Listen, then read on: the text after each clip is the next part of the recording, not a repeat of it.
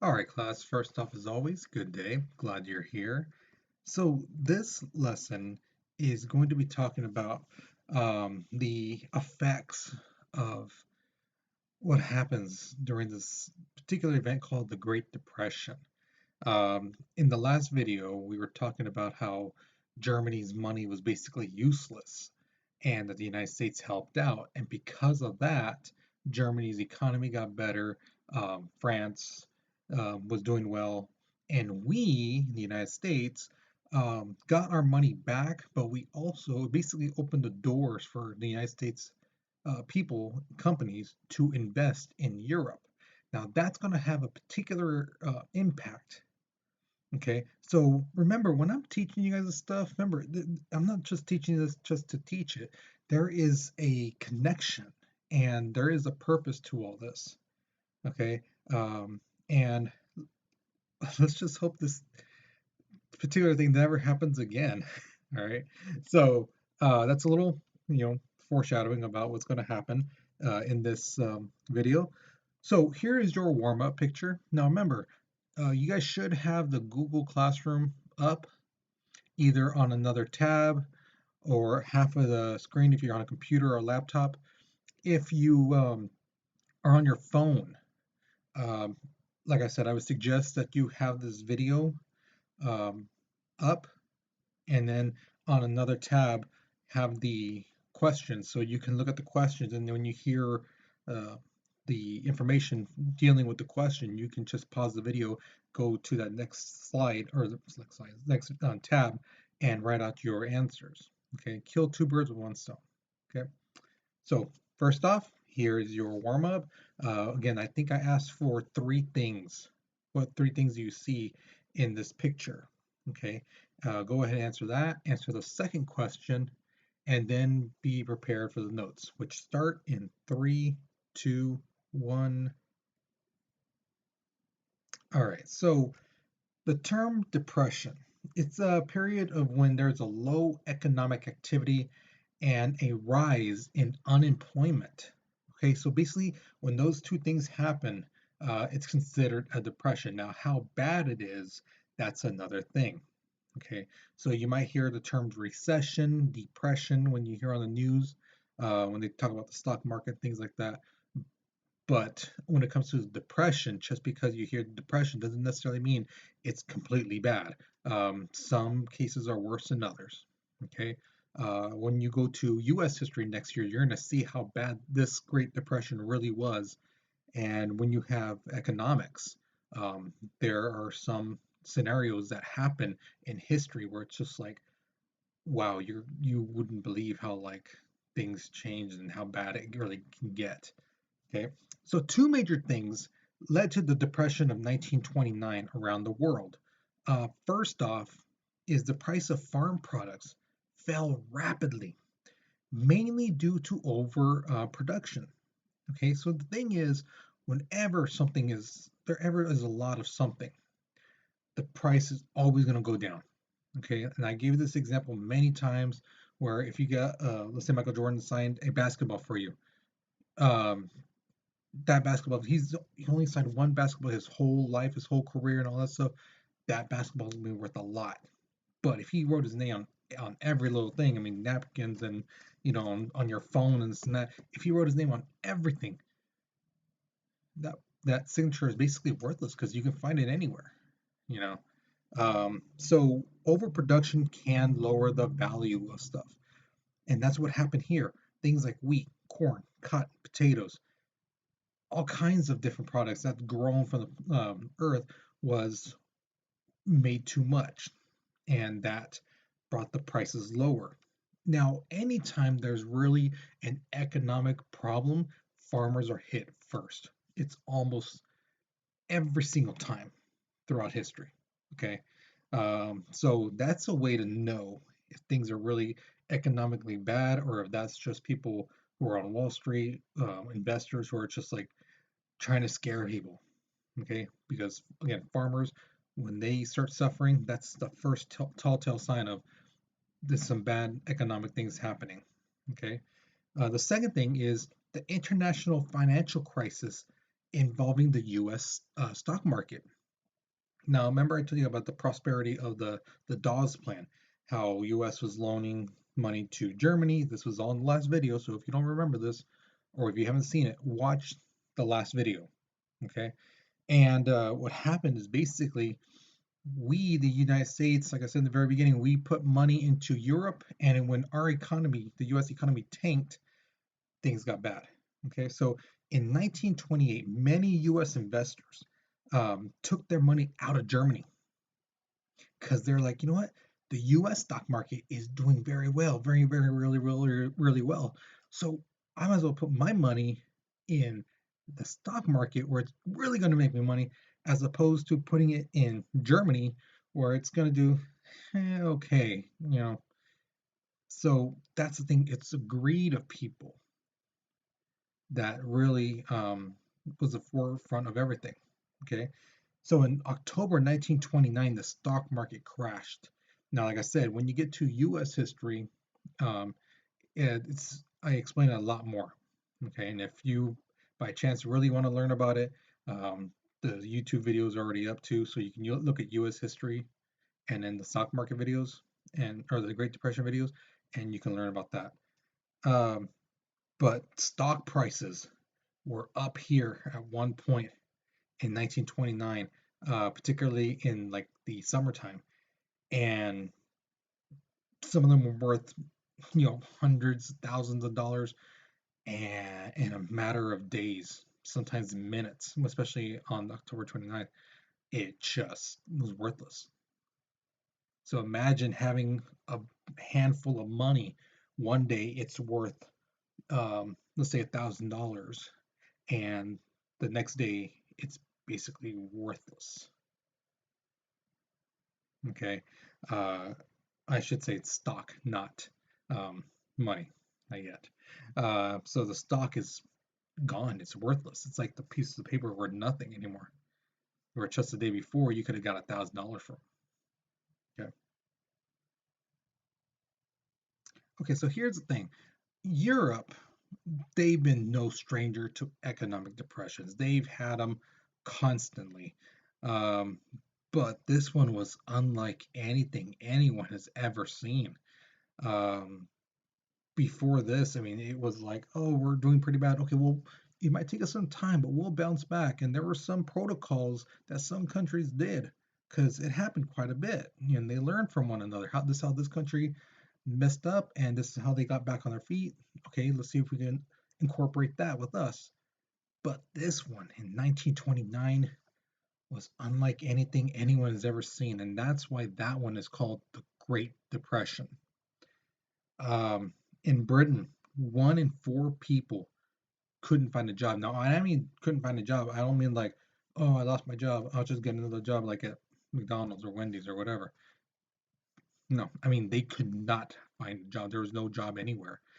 And if you were fortunate to get a job, your pay basically went down because the owners knew, well, if you, let's say you're working for $10 an hour, um, somebody else could be working for, they'll take $6 because they lost their job and they need another job. So they'll take a huge pay cut and then they'll come to you saying, hey, this guy will take $6. Will you take 5? I see that's the thing. And some people's wages just, and then the hours jumped up. Okay. In Germany, 5.5 million people, which is about 30% of their population at that time, couldn't find a job either. And like I said, they could not, there's no jobs anywhere. The streets were filled with unemployed people and homeless men, women, and children. So there's the pictures I put right there. I could find this guy on the ground. You see, he's like sleeping on a dock, where the ships come in. Um, and there's a kid looking through some garbage, looking for something to eat. Okay, so I mean, yeah, it was bad. If you notice, the kid's not wearing any shoes. You know, no shirt either. Who knows? Um, Probably sold it. It could have been torn. Something might have happened. He got caught on something and ripped, and hey, that's it. We can't buy needle and thread to, and that may have been the only shirt he had. Who knows? Since this was unlike any depression, um, a lot of governments panicked because they're like, well, the stuff we usually do, it's not working. Again, like I said, they've been through economic depressions, but this, since it was like nothing, anything anyone's ever seen, they're like, what do we do? This stuff that it's worked before, it's not working now. What do we do? So they're just losing their minds. Um, they lowered the wages, and they would hope that the citizens would kind of like buy stuff made from their country. Because if, let's say, people buy stuff from America, right? Then America keeps that money, and America would then um, the companies would then give money to the workers, and the workers would then buy things, and then it goes into another company, and it just the money circulates. But if you are in America and you buy stuff from Britain, from Mexico, from Japan, that money's not staying here, it's going elsewhere. So they're getting money. So what countries do is they put a tariff, which means a tax on foreign goods. So instead of, let's say, you have to buy, I don't know, a table, okay? Let's say here in the United States, a table made here in the United States costs, let's just say $100, okay? But a table from Mexico would cost, let's say it costs $75. Well, you would, if it was the same type of table, you would buy that table, right? $75 and same type of table. You just, yeah, why not? What the tariffs do is they add an extra tax to that. So now that table is no longer $75, it's $110. And so that's why they want to like go make you to go, you know what? Yeah, I would rather go with the $100 one. Because why? It's cheaper. And the other thing is it helps out the country you're in because it's made in your country. The problem is, yeah, it helps out the company, it helps out the country, but who's it hurting? You. Because that price, that American $100 was up here, that Mexico one was here, but then because they wanted to make sure that you bought it from the country you're in, they kicked up the price up here. So you didn't gain anything. You lost. You know, you lost that much money because you had to go to here. You see what I mean? Hopefully that makes sense. If you don't understand, let me know and through emails of that, and I can talk to you about it. Or if you have a question during class, we can address that too. Okay. And the thing is, because of that, because it made Americans go, and made it say citizens around the world go, I don't want to pay. I really don't need it.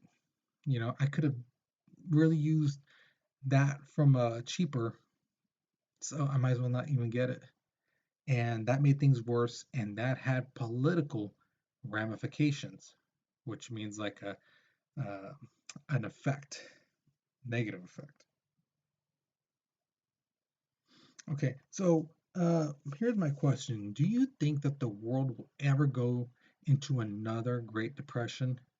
Now, the thing is that this Great Depression, basically, money.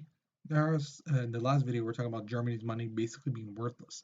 This time, the whole world's money was basically worthless. That's what made it really, really hurtful. I mean, almost every single country, their money was basically worthless. So, do you think we will have another Great Depression? Why or why not? Justify your answer. Okay. Now, as you can see here, I am trying to show you guys how to write the proper sentence by using words in the question to put into the answer. Because again, if you read the answer the way I have it right now, I think the world will go through another Great Depression. You can tell what the question was. Well, what's the question? Well, do you think that the world's going to go through another Great Depression? There you go. Why? Because you just look at the answer and it should tell you already what the question was. That's how you know you wrote a good response because your answer should reflect the question. If I just put no because we won't, What am I talking about? You know, you don't know what I'm talking about. So that's what I mean. Use a writing prompt, guys. Learn how to use the question to write out the answer. Okay, and I'm showing you how to do it right there. So take a couple minutes, think about it, write it out. Okay, so I was telling you guys there were some ramifications politically, and this is what I mean. Um, Due to the lack of confidence in the capitalistic economy, you know, some countries started to look at the Marxist idea. Now, that guy on top there, that is Karl Marx.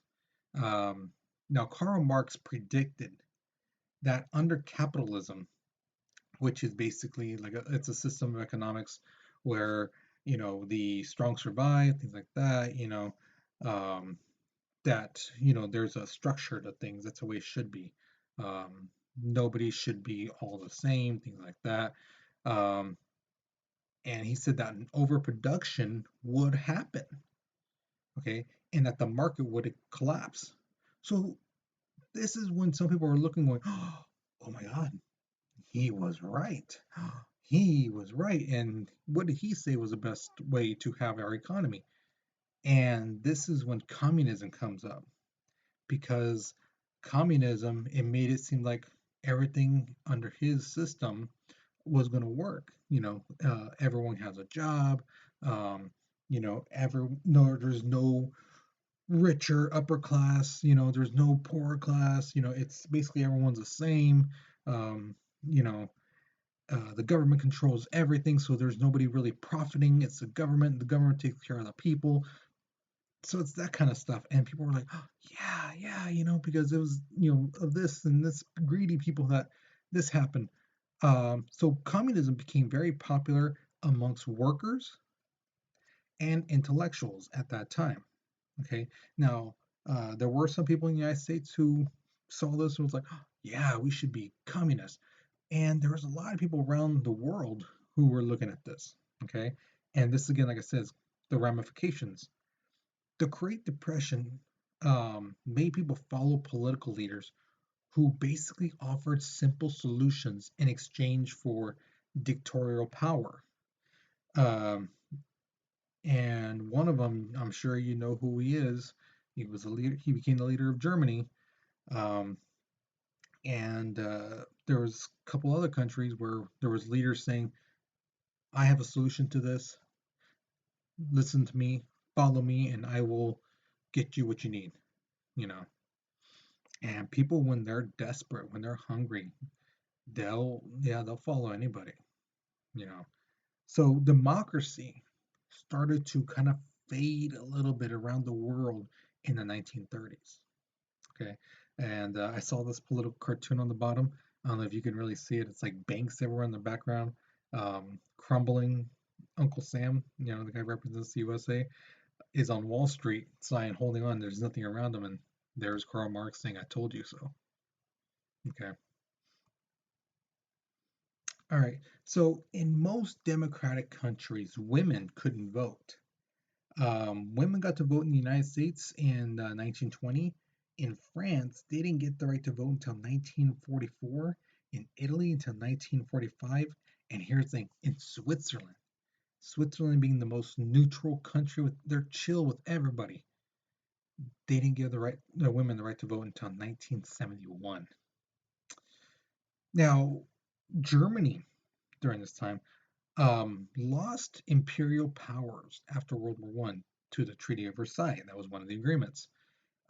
They became a republic in the aftermath of World War One, but inflation made, I mean, people's life savings worthless. And remember, like I said earlier, I misspoke saying, that, oh, the money was worthless. Well, no, it was the stock was worthless at first. But as time went on and the Great Depression started coming around more and more, money became worthless. And it led to this fear and the rise of extreme political parties, especially in Germany. So if you have any inkling what I'm talking about, um, who I'm talking about, you already have a step ahead some people who don't. You know, this picture right here, this lady you see to the right, uh, that's a furnace she has. That's where you know, or a stove. That's where you cook your food, things like that. And there's like a fire underneath there. She's dumping money inside to burn it because again, that money is worthless. It's like the same as this here, or you know, one of these post-its. It's worthless. It's just paper. So you might as well use it to start your fire, keep it going, and that's what she's doing. Again, this is one of my favorite pictures from the Great Depressions around the world, because that's the only way you can use the money. Now in France, they were in a unique situation because of all the European countries, they were the strongest and more powerful in a sense economically. But even then, the Great Depression hurt them. Um, they really didn't feel the effects until 1932. So about 3 years, they were just like, okay, okay, we're okay. The rest of the world's crumbling. The rest of the world, people are just hurting bad, and they're like, we can do this. You know, we can do this. We'll be fine. But even they succumbed to the effects of the Great Depression. And it was then that the political chaos really started to grow because then people were like, if France, who is doing very well economically, is hurting, oh geez, what hope do we have? So communism, socialism, and radicals formed this group called the Popular Front government.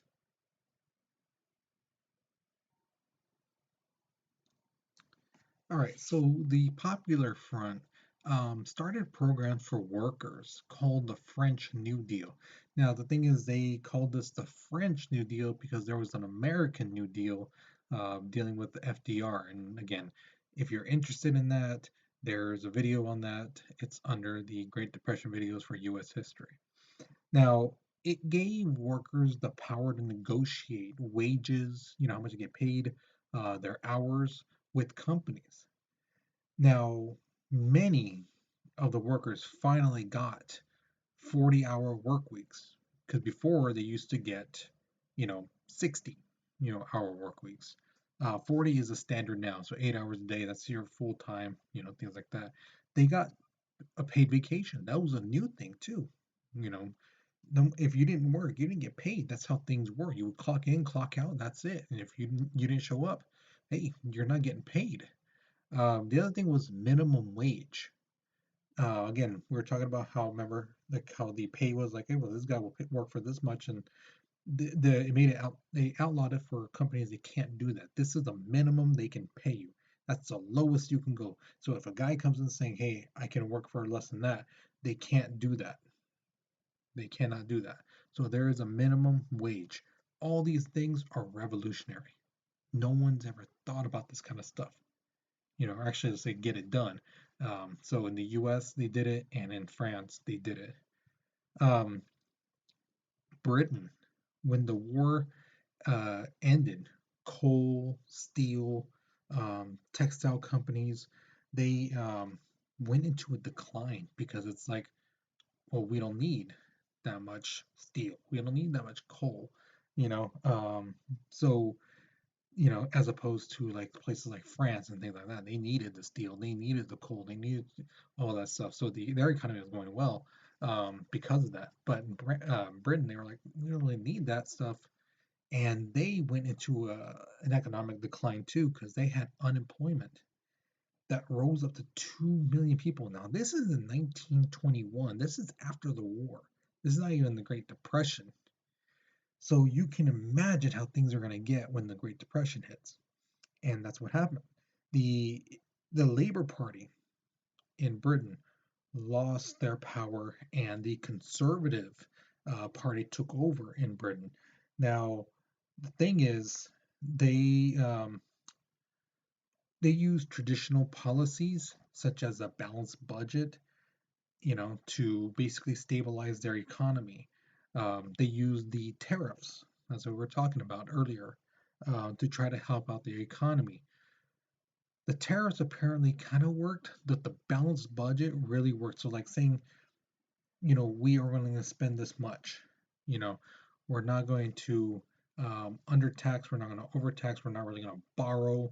Whatever money we make, that's how much we're going to spend. That's it. If we can go below, cool, because then we can use that money to, save, and we can, get credit, we can pay back some loans, things like that, whatever it may be. Um, but they don't want to overspend their money. They want to be equal or below. So it's one or the other. What you see here, this picture, this is the unemployment line in Britain. And if I remember right, there's actually a statue of this at this particular spot where they have statues of those men just standing there as a acknowledgement to the picture. All right, so here's my question to you. Who do you think deserves most of the blame for the economic depression or the Great Depression, and why? Is it the governments? They really weren't thinking, they were just, hey, things are going good, so let's keep it going. Do you think it's companies, the investing, having people invest so much and, just not really, making overproduction of stuff, things like that, so then that caused it? Do you think the farmers who were over making things, and because they were overdoing it on the land, it made an overproduction of goods as well, so the prices went down? Or do you think it was the investors who were thinking, hey, we're making money. I want to take my money out of this place and put it in the stock market because I'm going to be making money. So, who do you think of those four deserves most of the blame for the Great Depression, and why? Okay, so there's the prompt. I think that, and then you pick one of those four, the one in green: government, companies, farmers, investors. Which one of those four? Put it in. Deserves most of the blame for the Great Depression. I think this because, and then give your opinion. Explain. Okay, why did you pick them? Okay, so that's the end of this video, I think. Give me 1 second, let me double check. And it sure is. So that's the end of this video and this lesson. So hopefully you learned something new. Again, if you have any question, guys, please email me. Okay. It's cmartinez at agape schools. Make sure you put the S on schools .org. And guys, please, as I'm about to sign off right now, please take care of yourselves, take care of your families, be safe. Okay. I miss you guys, and I'll see you guys later. Okay. Take care. Have fun.